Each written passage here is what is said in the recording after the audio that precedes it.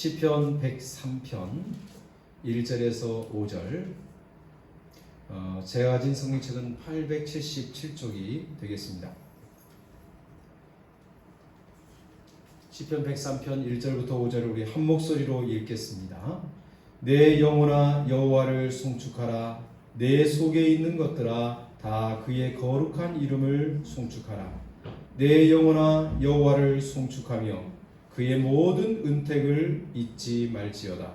그가 내 모든 죄악을 사하시며 내 모든 병을 고치시며 내 생명을 화면에서 속량하시고 인자와 긍휼로 관을 씌우시며 좋은 것으로 내 소원을 만족하게 하사 내 청춘을 독수리같이 새롭게 하시는 도다.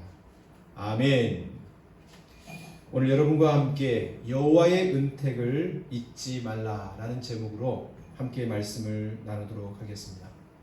오늘 가정에서 예배드리시는 모든 교우님들에게도 하나님의 은총이 또 주님을 향한 감사의 열정이 회복될 수 있기를 진심으로 소망합니다. 제가 부교육자 시절에 수원에서 사역한 적이 있습니다.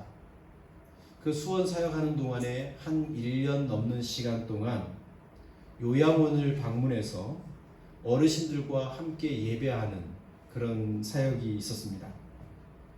그 중에 그 요양원에 계신 분 중에 어떤 한 분은 제가 무슨 질문을 던든지 똑같은 답변을 했습니다. 그 답변은 몰라요 였습니다. 어머니 이름이 어떻게 되세요? 몰라요. 어머니 나이는 어떻게 되세요? 몰라요. 고향은? 그럼 뭐라고 대답할까요? 몰라요. 주소, 전화번호, 무엇을 물어봐도 난 몰라요, 몰라요 밖에 답하지 않았습니다. 잊어버린 거죠. 치매인 것입니다. 그러나 딱 한 가지, 그 중증 치매를 앓고 있음에도 불구하고 한 가지는 똑똑히 대답을 했습니다. 어머니의 아들은 누구세요? 그러면 아무개라고 홍길동이라고 아들 이름만큼은 명확하게 대답을 해 주었습니다. 가장 사랑하는 아들, 그 아들만큼은 잊을 수 없었던 모양입니다. 여러분, 우리 부모님들이 이런 치매에 걸리면 본인도 불행하고 그와 함께하는 가족들도 참 힘들고 그를 바라보는, 그분을 알고 있는 모든 분들도 마음이 아파오는 것입니다. 여러분, 이런 영적 치매가 우리에게도 없어지기를 진심으로 소망합니다.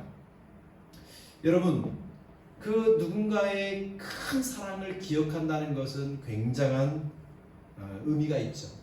만약 우리 자녀들이 부모님의 사랑을 늘 마음에 기억하며 산다면 괜한 고집을 부리지도 않을 것이고 아마 탈선하는 비율도 현격하게 떨어질 겁니다. 부부관계도 마찬가지죠. 뜨거운 사랑, 깊은 사랑, 좋았던 아름다운 사랑을 가슴에 품고 있는 사람들, 그것을 생생하게 기억하는 사람들은 힘들고 어려운 시간을 잘 극복해낼 수 있어요. 싸움도 사랑 싸움으로 끝나게 될 겁니다. 우리 교우님들 모두 부부관계가 그렇게 될 수 있길 소망해요.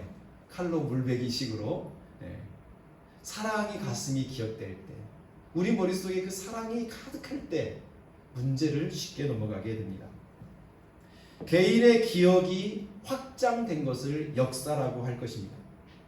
역사를 어떻게 기억하고 해석하는가 하는 것은 그 역사관, 역사의식을 갖는 것은 굉장히 중요하죠. 개인의 기억력을 상실하면 곤란한 일이 생기듯이 한 나라, 한 민족도 올바른 역사관이 붕괴되고 나면 온갖 문제들이 파생되기 마련입니다. 20세기 초 우리 대한의 사람들을 가슴 아프게 했던 일본. 이 일본은 자신이 조선을 침략한 것을 합리화할 목적으로 우리 민족에게 왜곡된 역사관을 심으려 했습니다. 그것이 보통 식민사관이라고 하죠. 임나 일본부, 타율성, 정체성론, 당파성론. 한국 조선 사람들은 어쩔 수 없이 이런 문제들을 끌어안고 살아가는 사람들이다. 왜곡된 역사를 통해서 우리 대한의 사람들을 그 마음을, 생각을 아주 비굴하게 환멸을 느끼도록 만들었어요. 이 일본 마지막 총독이었던 이 아베 노부유키는 이렇게 말합니다. 우리는 패했지만 조선은 승리한 것이 아니다. 현재 조선은 결국 식민교육의 노예로 전락하였다. 그리고 나 노부유키는 다시 돌아온다. 무슨 말이죠?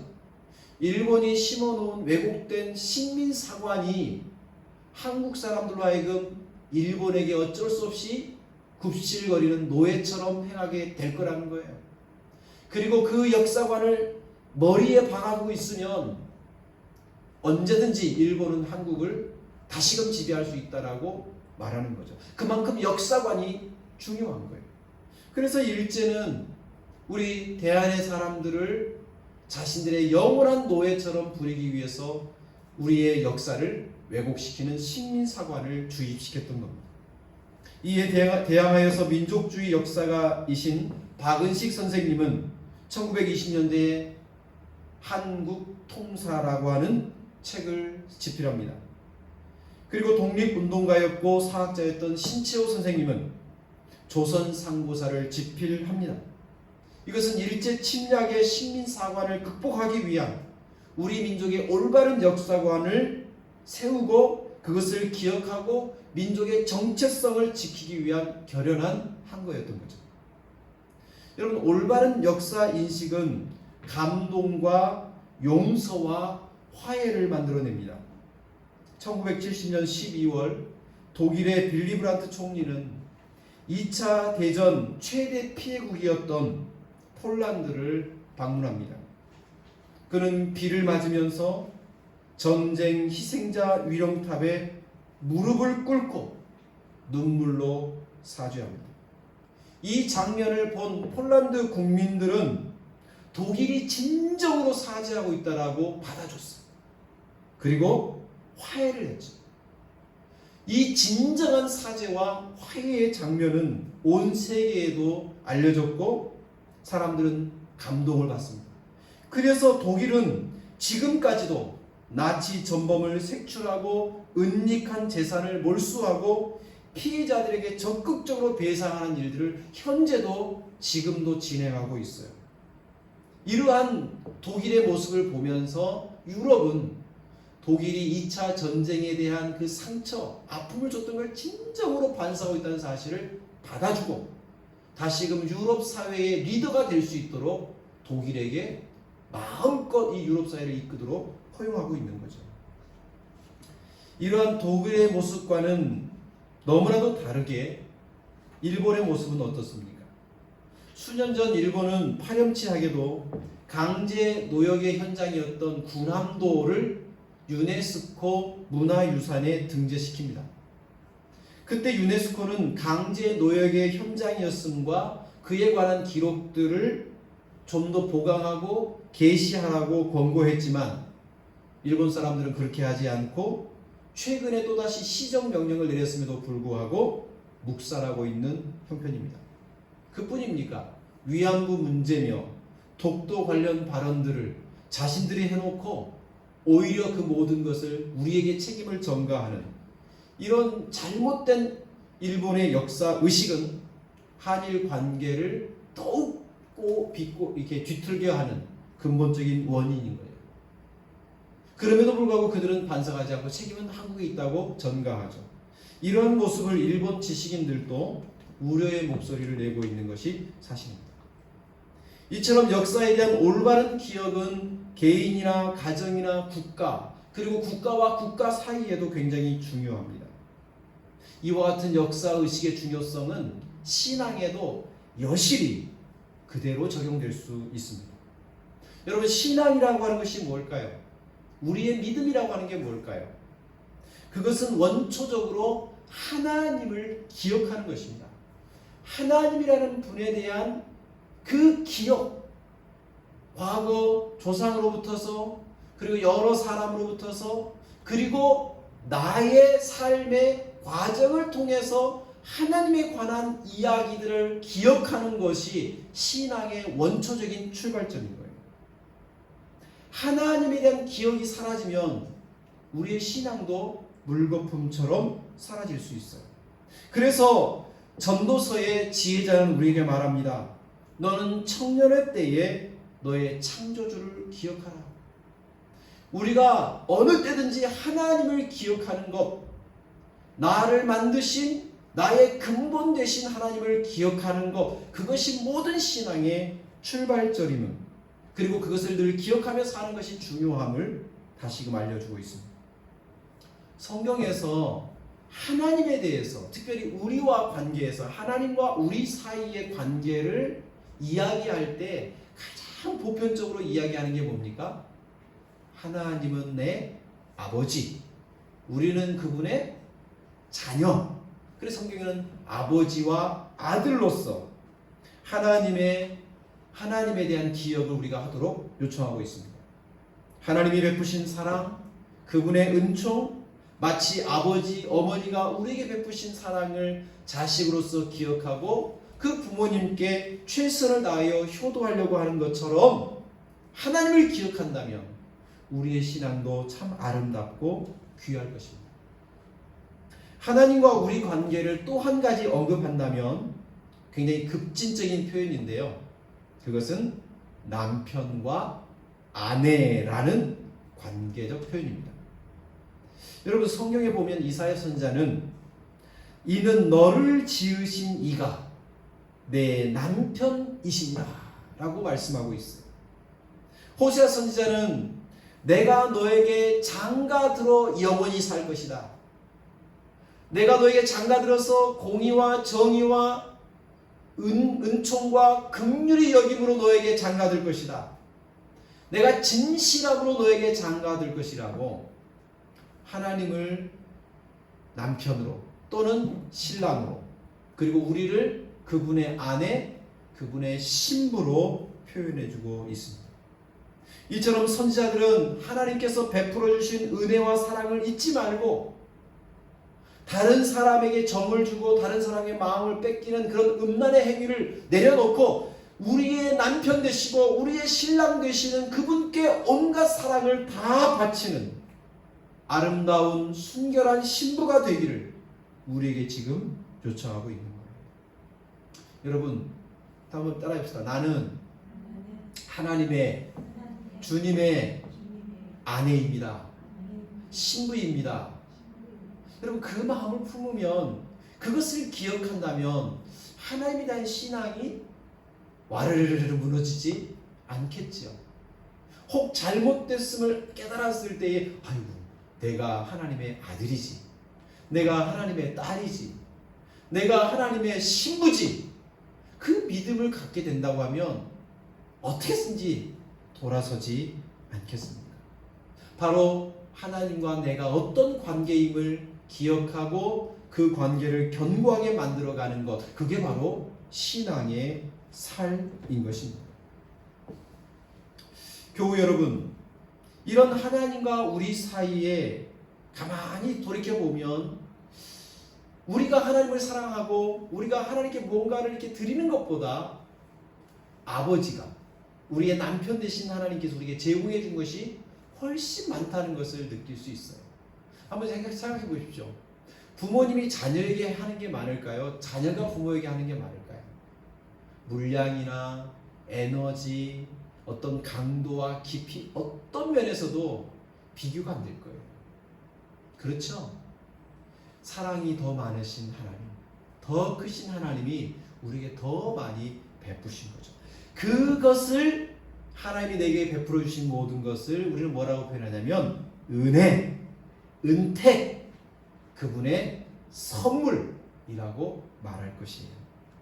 그렇다면 여러분, 2021년을 마무리 지어가면서 우리는 하나님께서 내게 베푸신 은혜, 은택, 그 사랑을 얼마나 기억하며 살고 있습니까?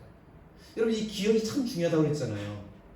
하나님이 내게 베푸신 것이 뭐가 있지를 기억해낼 때에 우리 신앙은 좋아지게 돼 있어요. 그리고 그 신앙의 좋아짐은 또 한 가지 놀라운 변화를 이끌어내는데 그것은 바로 찬양입니다. 우리 1절과 2절 말씀을 한번 읽어보시죠. 자, 시작. 내 영혼아 여호와를 송축하라. 내 속에 있는 것들아 다 그의 이름을, 그의 거룩한 이름을 송축하라. 내 영혼아 여호와를 송축하며 그의 모든 은택을 잊지 말지어다. 시편 103편의 저자는 다윗입니다. 다윗은 우리에게 하나님이 우리에게 베푸신 은택을 잊지 말아라 라고 권고하죠. 그리고 더불어서 하나님의 은혜를 잊지 않고 기억하는 사람은 당연하게 뭐가 나와요? 송축합니다. 그래서 이 다윗은 송축하라, 송축하라, 송축하라고 3번이나 더 강력하게 권면하죠. 여러분, 하나님의 사랑을 기억하는 사람, 그분의 은혜를 기억하는 사람은 한결같이 온 마음 다해 주님을 송축할 수 있는 사람이 됩니다. 여러분, 여기 송축한다라고 하는 것은 단순한 노래 정도가 아닙니다. 하나님께 영광, 하나님께서 행하신 모든 일들을 자랑하고 알리는 것, 그리고 그분을 높이는 어떤 행동과 그의 삶의 방식, 그리고 하나님께 적극적으로 이렇게 뭔가를 드리려고 하는 봉헌의 태도, 이 모든 것을 다 총합한 것이 송축하는 것입니다. 그리고 이 모든 송축의 아주 클라이막스에 뭐가 있냐면 감사라고 하는 것이 있죠. 그래서 하나님은 송아지를 드리고 수많은 제물을 드리는 것보다 때로는 우리가 감사로 제사하는 것을 기쁘게 받아주신다고 하셨어요. 여러분, 감사함으로 하나님을 송축하는 우리 모두가 되기를 소망합니다. 그래서 오늘 시인은 하나님께서 내게 베푸신 은혜를 기억하면서 주님을 막 송축합니다. 그러면서 그 송축하는 내용을 단순히 송축하라 이 정도로 끝내지 않고 무엇을 송축하는지, 왜 송축하는지 그 이유를 3절부터 나열해 놓았습니다. 우리가 읽었던 본문 3절부터 5절에 보면 하나님께 송축하는 이유, 다시 말하면 감사의 구체적인 이유들을 이야기해주고 있습니다. 103편의 저자인 다윗이 지금 본문에서 뭘 감사하는지 한번 볼까요? 그가 내 모든 죄악을 사하시며 내 모든 병을 고치시며 내 생명을 파멸에서 속량하시고 인자와 긍휼로 관을 씌우시며 좋은 것으로 내 소원을 만족하게 하사 내 청춘을 독수리같이 새롭게 하시는도다. 여러분, 지금 다윗이 하나님이 내게 베푸신 것을 감사하는 것 같지 않아요. 3절을 보면 그가 너의 모든 것, 너의 모든 죄악, 너의 모든 병, 너의 생명, 너의 소원, 너의 청춘. 다윗이 지금 노래하는 자기가 아니라 이렇게 이야기하는 것 같아요. 그러나 1절을 보면 주어가 뭐라고 되어 있냐면 내 영혼아. 지금 다윗은 자기 자신을 객관화시켜요. 그래서 자신이 하나님께 은혜를 받고 은총을 입은 나 자신 여기 있고 옆으로 딱 나가서 자신을 바라보며 하나님께서 너에게 베푸신 게 뭔지를, 다시 말하면 나에게 베푸신 게 무엇인지를 동시에 고백하고 있는 거예요. 여러분, 다윗에게 하나님이 뭘 주셨어요? 어떤 일들을 행하셨습니까? 그래서 구체적으로 감사하고 송축한 내용이 뭡니까?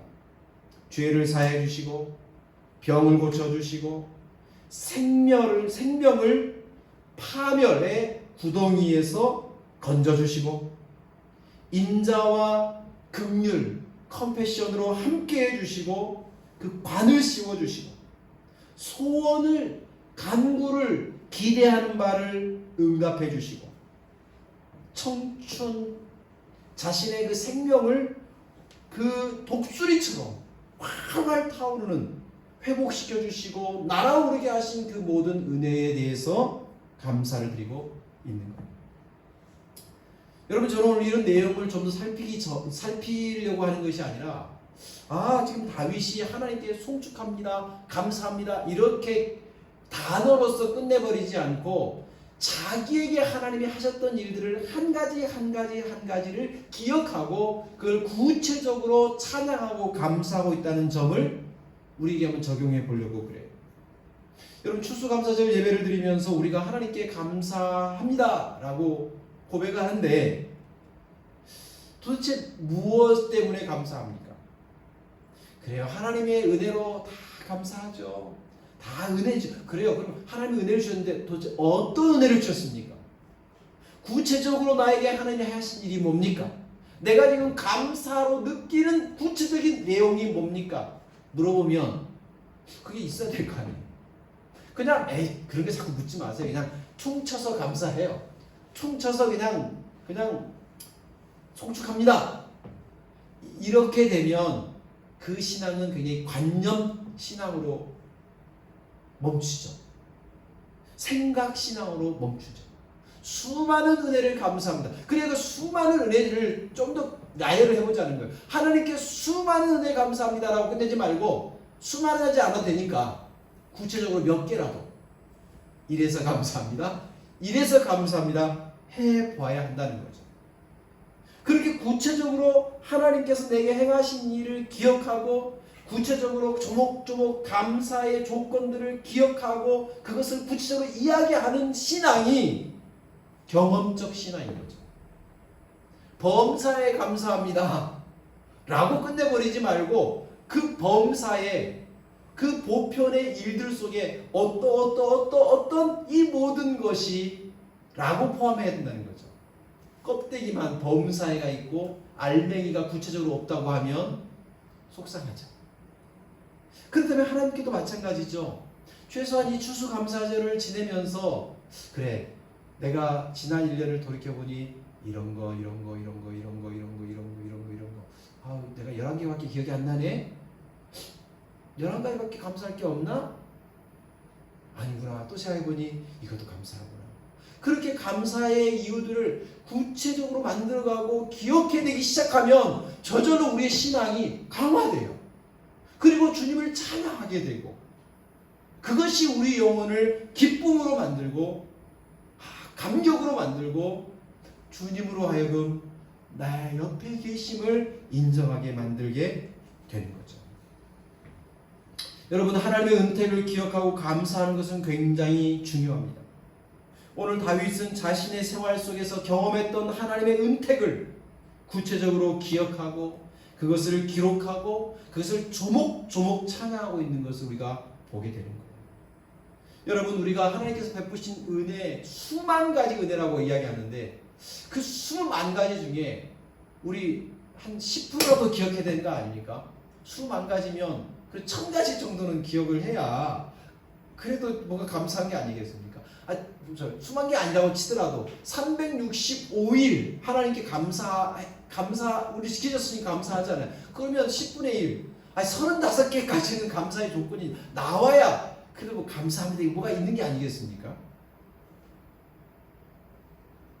그렇게 매일매일 감사의 조건을 찾아낸다면, 그리고 그것을 조목조목 기록할 수 있다면, 그리고 그것을 하나님께 감사하다고 고백한다면, 그것들을 기억하며 산다면 지난 우리의 1년은 기적이었구나 라고 말할 수 있지 않을까요?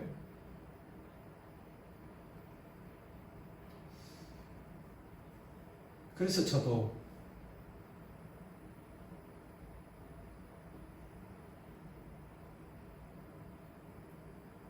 이 년 전에 우리 이곳에 함께 좌석이 부족해서 밖에 서서 앉아 있을 정도로 함께 예배했던 그 순간부터서 지금까지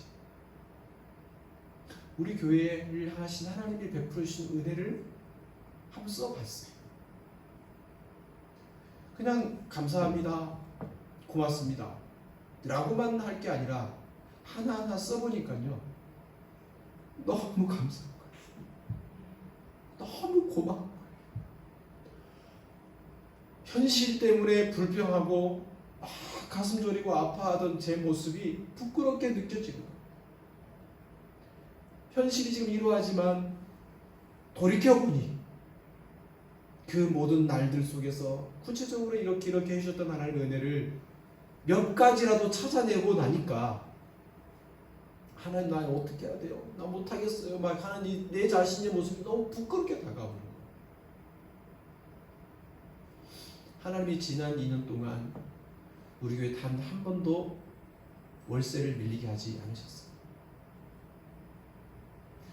허성하게 이게 시작됐는데 필요한 것 다 채워 주셨어요. 비교해서 다른 것과 비교해서 우리가 이거 부족하다고 말할 수 있을지 모르지만 2년 전과 지금을 비교하면 하나님이 가득히 채워 주셨어요. 우리 이곳에 시작하면서 이곳에 들어올 수 있는 보증금이 없어서 여기서 빌리고 저기서 빌렸어요. 우리 성도님들이 있는 최선을 다해서 이곳에 함께 주님 앞에 헌물했고 또 사방으로부터 하나님이 공급해 주셨고 그래서 지난 2년 동안 빌렸던 거 갚을 수 있었어요.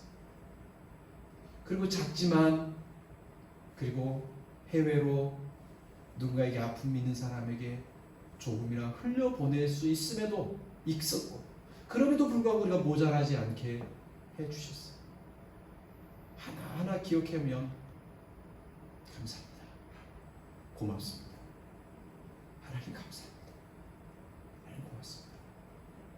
절로 이 고백이 나오면서 지난 20일 동안 이 밤에 이 공간에서 하나님 감사합니다. 하나님 고마워요. 기도할 수 있게 해주셨어요. 설교 서두에서 말씀드렸던 것처럼 요양원에 오랫동안 계시는 할머니가 항상 똑같이 몰라요 대답한 이유가 치매 때문이었어요. 우리도 영적 치매에 걸리면 하나님의 은혜인지 하나님의 은택인지를 몰라요. 기억을 못해요. 그러면 미래가 없는 거죠. 여러분, 영적 치매에 걸리면 하나님을 향한 감사가 없어져요. 하나님을 향한 찬양이 없어져요. 그러니 기쁨이 없어요. 마음의 평화가 없어요. 그러기에 우리는 일부러라도 억지로라도 하나님이 내게 베푸신 은택을 찾아내고 기억하는 게 중요해요. 여러분, 우리가 하나님의 은택을 기억하게 되면 그리고 그것을 구체적으로 감사하고 찬양하기 시작하면 지나간 우리의 삶에서 역사하시고 함께 하셨던 하나님을 찾고 그분을 노래하기 시작하면 그것은 내가 지금 그 역사에 기반한 신앙을 갖게 되는 거죠.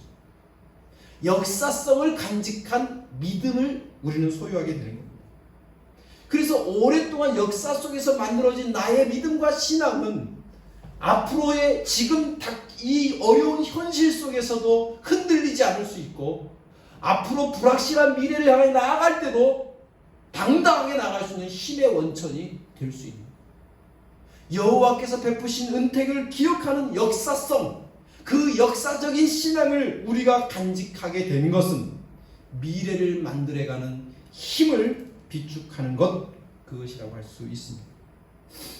성도 여러분, 우리가 기억하고 고백하는 것만이 감사의 전부는 아닐 것입니다. 하나님의 은혜 아닌 것이 없죠. 사도 바울은 사도행전에서 우리 각 사람에게 하나님이 멀리 계시지 않도다. 우리가 그를 힘입어 살며 기동하며 존재하느니라고 사도행전 17장에 우리에게 말해주고 있습니다. 하나님이 옆에 계시고 그분의 힘에 의지하여 지금 우리가 살고 있다라고 바울은 고백해요. 살아있는 것 자체가 하나님의 은혜라는 거죠. 살아있는 순간 모든 그 동안 일어나는 일들이 하나님의 은혜, 그분의 힘으로 여기까지 왔다고 고백하는 거죠. 더불어서 고린도전서에 보면 우리가 세상 영을 받지 않고 하나님으로부터 온 영을 받았으니 이는 우리로 하여금 하나님께서 우리에게 은혜로 주신 것을 알게 하려 합니다. 여러분, 우리가 감사하는 것, 내게 베푸신 은혜와 은택을 기억한다는 것은 이건 누가 하시는 일이냐? 하나님의 영이 하시는 일이에요.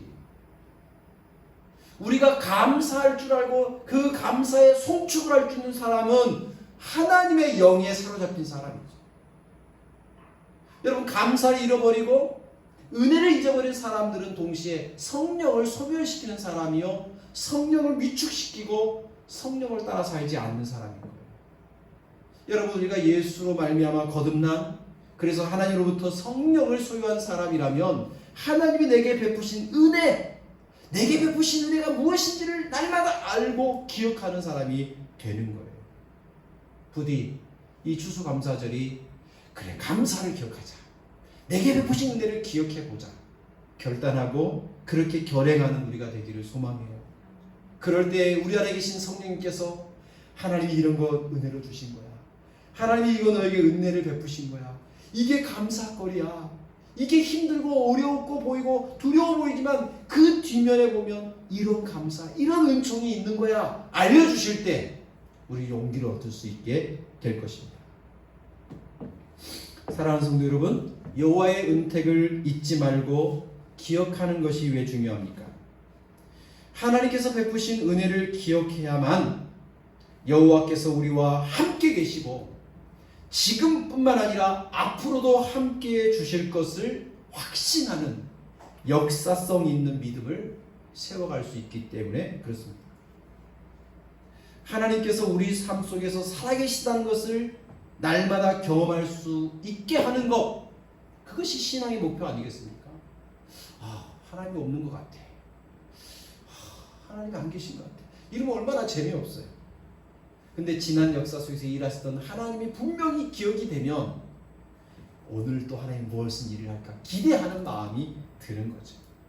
그리고 동시에 이 기대감은 앞으로도 어떤 생각이 들까요? 그래, 과거에도 함께 하셨고 지금도 내가 함께 하시며, 그러니 앞으로도 하나님이 나와 함께 해줄 것을 믿게 되죠. 그러니 미래를 향하여 두려움 없이 당당하게 나아갈 수 있게 하는 것입니다.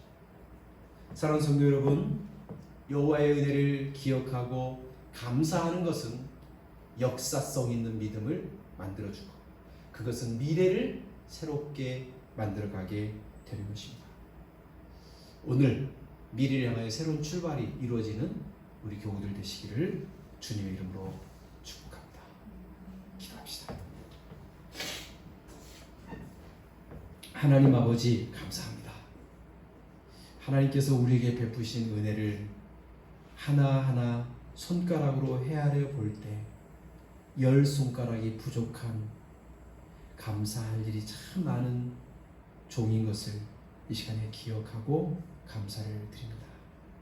우리 교우들 이 추수감사를 지내면서 그래, 이것도 감사하지, 저것도 감사하지, 그러고 보니 또 이런 것도 감사하네, 왜 이걸 감사하지 못했을까? 그렇게 감사를 깨닫고 감사를 구체적으로 할 수 있는 역사성 있는 믿음의 사람들이 되게 해 주옵소서.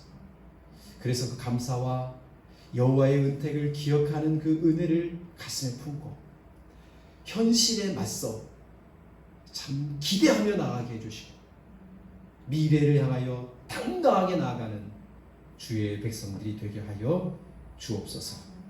예수님의 이름으로 감사하며 기도드립니다.